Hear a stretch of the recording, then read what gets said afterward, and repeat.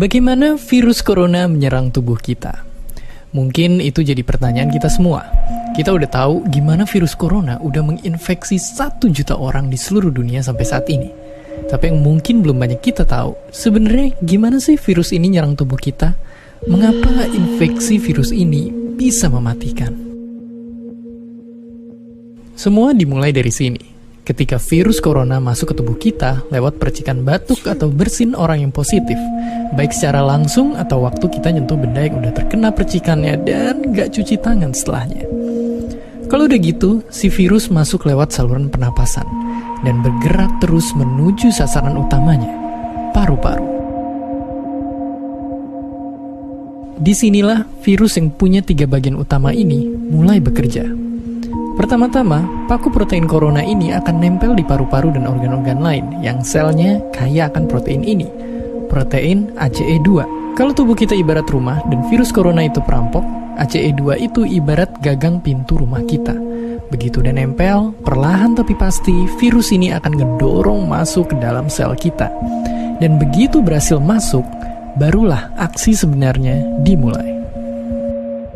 Di fase ini, tubuh virus corona akan membuka dan sang hacker pun terbebas. Dia akan ngehack inti sel sehat untuk nipu sistem imun tubuh kita biar nggak nyerang virusnya.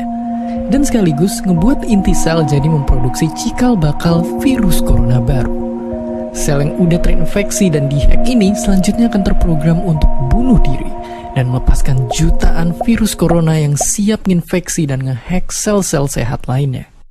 Ya, awalnya mungkin kita cuma kemasukan virus corona yang jumlahnya dikit, tapi dalam hitungan hari aja udah akan ada jutaan sampai miliaran virus corona baru, bikin paru-paru kita dipenuhi oleh mereka.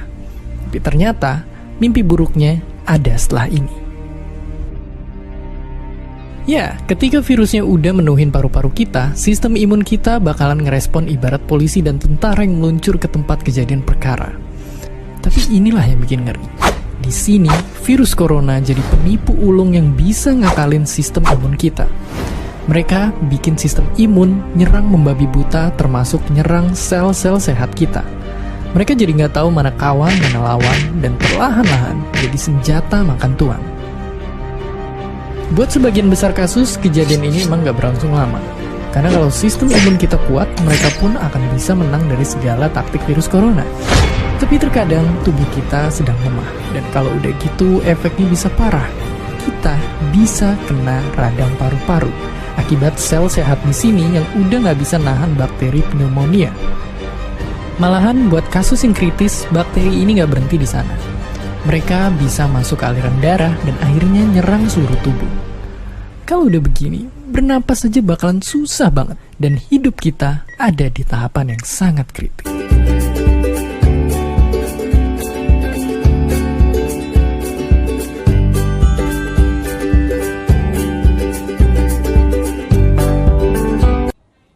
Belakangan ini, virus corona menggemparkan berbagai belahan dunia. Indonesia salah satunya. Indonesia telah mengkonfirmasi 2 kasus infeksi virus ini. Eits, tenang-tenang, jangan panik. Kita bisa melakukan pencegahan dari sekarang. Yang perlu kita tahu, penyebaran virus ini adalah karena partikel virus yang mengenai mata, hidung, dan juga mulut. Lalu, apa yang bisa kita lakukan ya? Yang pertama, jangan menyentuh muka atau mengucek mata apalagi tangan dalam keadaan kotor. Tanpa kita sadari, seringkali kita menimbun kotoran di tangan kita. Sakit. Wajib gunakan masker untuk mencegah penyebaran virus corona. Jangan gunakan masker lebih dari 1 hari, karena masker ini dapat menimbun bakteri-bakteri dan bisa berkembang biak. Lalu, cari masker yang sesuai dengan standar rumah sakit. Next, menjaga jarak dengan mereka yang sakit. Jarak yang dianjurkan yaitu 0,5 meter sampai 2 meter untuk tetap aman dari jangkauan partikel virus.